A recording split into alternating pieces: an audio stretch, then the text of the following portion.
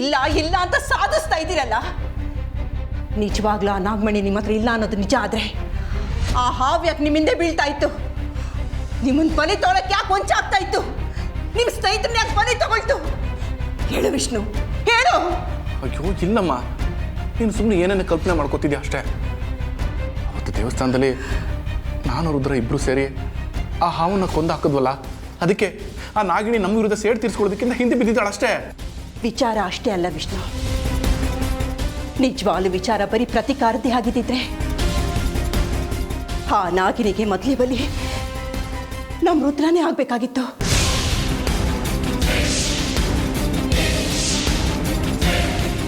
ಅಮ್ಮ, ಅದು ಹಾಗಲ್ಲ.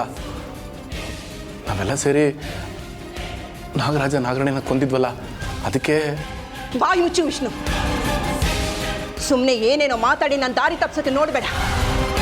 ಅದು ಉದ್ದೇಶ ಬರೀ ಅಷ್ಟೇ ಅಲ್ಲ, ತನ್ನವ್ರನ್ನ ಕಂಡ್ಕೊಂಡಿದ್ದ ಕಾರಣಕ್ಕೆ ಮಾತ್ರ ಅದು ನಿಮ್ಮ ಹಿಂದೆ ಬಿದ್ದಿದೆ ಅಂತ ನನಗೆ ಅನಿಸ್ತಾ ಇಲ್ಲ.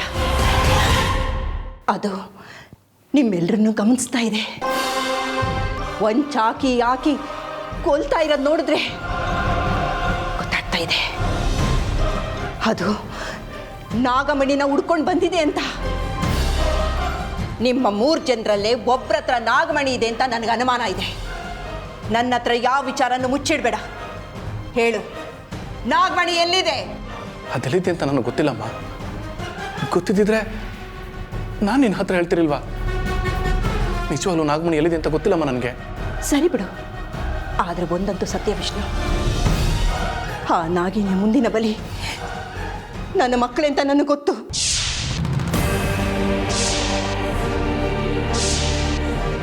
ಏನು ಹೇಳ್ತಿದೀಯಾ?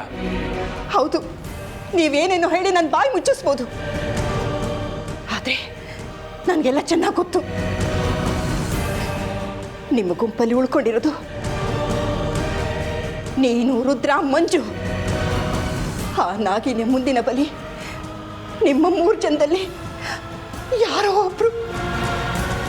ನನಗೆ ಚೆನ್ನಾಗಿ ಅರ್ಥ ಆಗಿದೆ.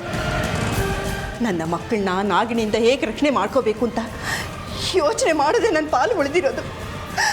ಅಷ್ಟೇ ನನ್ನ ಪಾಲು ಉಳಿದಿರೋದು.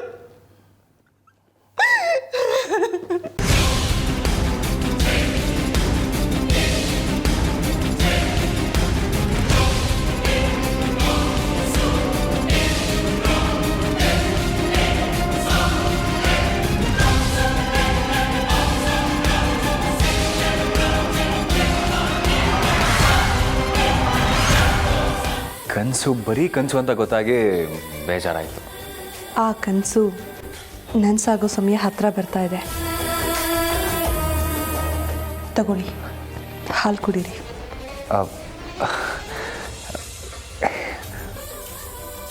ನಿಮ್ಮ ಕೈಯಾರೆ ಹಾಲೇನ್ರಿ? ಹಾಲ ಕುಡಿದ್ರೂ ಸ್ವರ್ಗ ಸಿಗುತ್ತೆ.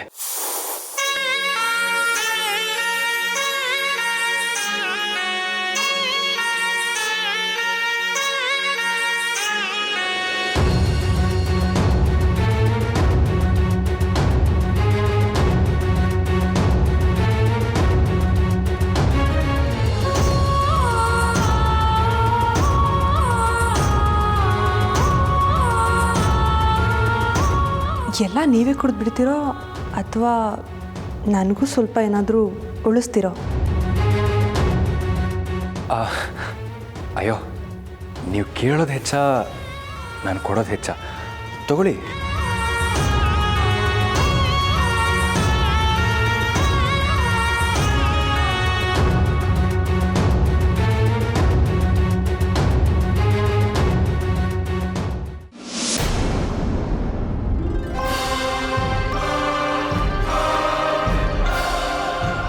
ಅಮ್ಮ ಹೇಳಿದ ನಿಜ.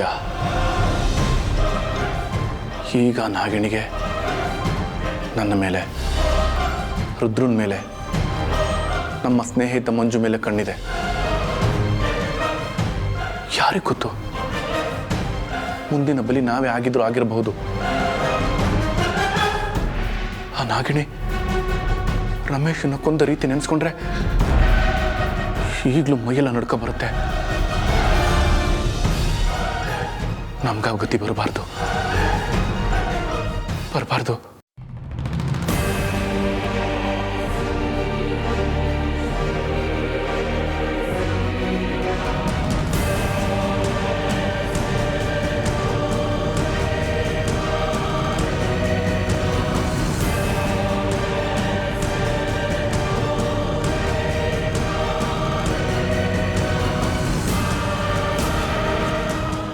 ಪುಸ್ತಕದಲ್ಲಿ ಬರ್ದ ಹಾಗೆ ನಾನು ಈ ನಾಗಮಣಿನ ತುಂಬ ದಿವಸದಿಂದ ಬಳಸದೇ ಇರೋದ್ರಿಂದ ಇದರ ಶಕ್ತಿ ಕಡಿಮೆ ಆಗಿರಬಹುದು.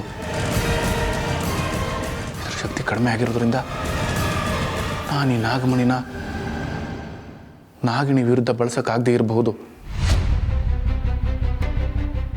ಇದು ನನ್ನ ಹತ್ರ ಇದ್ದು ವ್ಯರ್ಥ ಆಗಿರಬಹುದು. ಇಲ್ಲ, ಹಾಗಾಗಬಾರ್ದು. ಆ ಪುಸ್ತಕದಲ್ಲಿ ಏನು ಬರ್ತಿತ್ತು?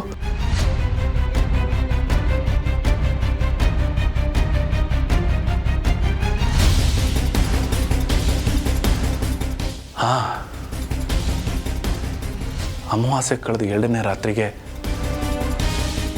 ಚಂದ್ರನ ಬೆಳಕಿಗೆ ನಾಗಮಣಿನ ಹಿಡಿದ್ರೆ ಇದರ ಎಲ್ಲ ಶಕ್ತಿಗಳು ಮತ್ತೆ ಕೂಡ್ಕೊಳ್ಳುತ್ತೆ ಅಂತ ಬರ್ತಿತ್ತು. ಹೌದು, ನಾನು ಇದನ್ನು ತಕ್ಷಕವನ್ನು ತಗೊಂಡು ಹೋಗಬೇಕು. ಮತ್ತೆ ನಾಗಮಣಿ ಎಲ್ಲ ಶಕ್ತಿಯನ್ನು ಕೂಡಿಕರಿಸಿ ಇದೇ ನಾಗಮಣಿಯಿಂದ ಆ ನಾಗಿಣಿನ ಹೆದರಿಸ್ಬೇಕು. ಹೌದು, ನಾನು ನಾಳೆನೇ ತಕ್ಷಕವನಿಗೆ ನಾಗಮಣಿನ ತಗೊಂಡು ಹೋಗ್ತೀನಿ.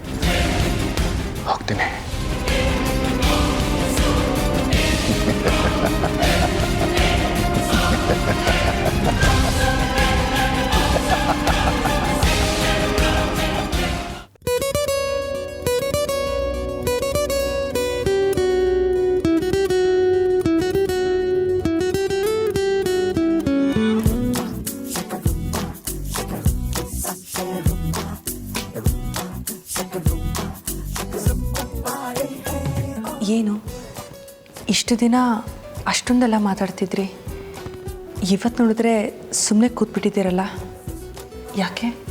ಮಾತುಗಳೆಲ್ಲ ಖಾಲಿಯಾಗೋಯ್ತಾ? ಮಾತುಗಳೆಲ್ಲ ಖಾಲಿ ಆಗಿಲ್ಲ ರೀ. ಮೌನದೊಳಗೆ ಟೆಂಪ್ರರಿಯಾಗಿ ಹೂತು ಹಾಕಿದ್ದೀನಿ. ಯಾಕೆ ಗೊತ್ತಾ? ಯಾಕೆ? ಮಾತಿಗಿಂತ ಮೌನದಲ್ಲಿ ಜಾಸ್ತಿ ಅರ್ಥ ಇರುತ್ತಂತೆ. ಮಾತಾಡಬೇಕಾದ್ರೆ ಬರೀ ನಾಲ್ಗೆ ಬ್ಯುಸಿಯಾಗಿರುತ್ತೆ, ಮೌನದಲ್ಲಿರಬೇಕಾದ್ರೆ ಕಣ್ಣುಗಳು ಬ್ಯುಸಿಯಾಗಿರ್ತವೆ. ಇವತ್ತು ಯಾಕೋ ಕಣ್ಣುಗಳಿಗೆ ಸ್ವಲ್ಪ ಓವರ್ ಟೈಮ್ ಡ್ಯೂಟಿ ಕೊಡೋಣ ಅಂತ ಆಸೆ ಆಗ್ತಿದೆ.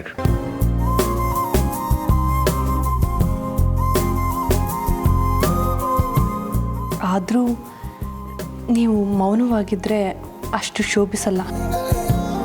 ನೀವು ಮಾತಾಡ್ತಾ ಇದ್ರೇ ಲಕ್ಷಣ. ಇವತ್ತು ಏನು ಅನ್ನಿಸ್ತಿದೆ ನಿಮಗೆ? ಅಮೃತ ಅವರೇ, ಇದು ನಿಜವಾಗ್ಲೂ ನೀವೇನಾ ಅಂತ ಅನ್ನಿಸ್ತಾ ಇದೆ. ಮೊದಲನೇ ಸತಿ ನಾನು ನಿಮ್ಮನ್ನು ನೋಡಿದ್ದು, ನಿಮ್ಮ ಹಿಂದಿಂದೆ ಸುತ್ತಿದ್ದು, ಕೊನೆಗೂ ನಿಮ್ಮನ್ನು ಪಡ್ಕೊಂಡಿದ್ದು, ಮದುವೆ ಆಗಿದ್ದು, ಇವಾಗ ಅಕ್ಕಪಕ್ಕ ಕೂತಿರೋದು, ಇದೆಲ್ಲ ನಿಜನಾ ಅಂತ ಅನ್ನಿಸ್ತಾ ಇದೆ. ನಂದು ಬಿಡಿ, ನಾನು ಇದನ್ನೆಲ್ಲ ತುಂಬ ಸತಿ ಹೇಳಿದ್ದೀನಿ. ಇವತ್ತು ಮಾತಾಡೋದು ನಿಮ್ಮ ಸರ್ದಿ. ತುಂಬ ಸಾಲ ಬಾಕಿ ಉಳಿಸ್ಕೊಂಡಿದ್ದೀರಾ, ತೀರಿಸ್ತಾ ಹೋಗಿ. ಹೌದು ಕಣೋ, ಆ ಲೆಕ್ಕ ಚುಕ್ತಾ ಮಾಡೋದಕ್ಕೆ ಇಲ್ಲಿವರೆಗೂ. ಈ ಕೋಮಲವಾದ ಗುಲಾಬಿಗೆ ಮುಳ್ಳಿನ ರಕ್ಷಣೆ ಹೇಗೆ ಕೊಟ್ಟಿದ್ದಾನೋ ಹಾಗೆ ಕೋಮಲವಾದ ಮನಸ್ಸಿರೋ ನನ್ನ ಅಮೃತಾಗೆ ನಾನು ರಕ್ಷಣೆ ಕೊಡ್ತೀನಿ ಕಣ್ರಿ.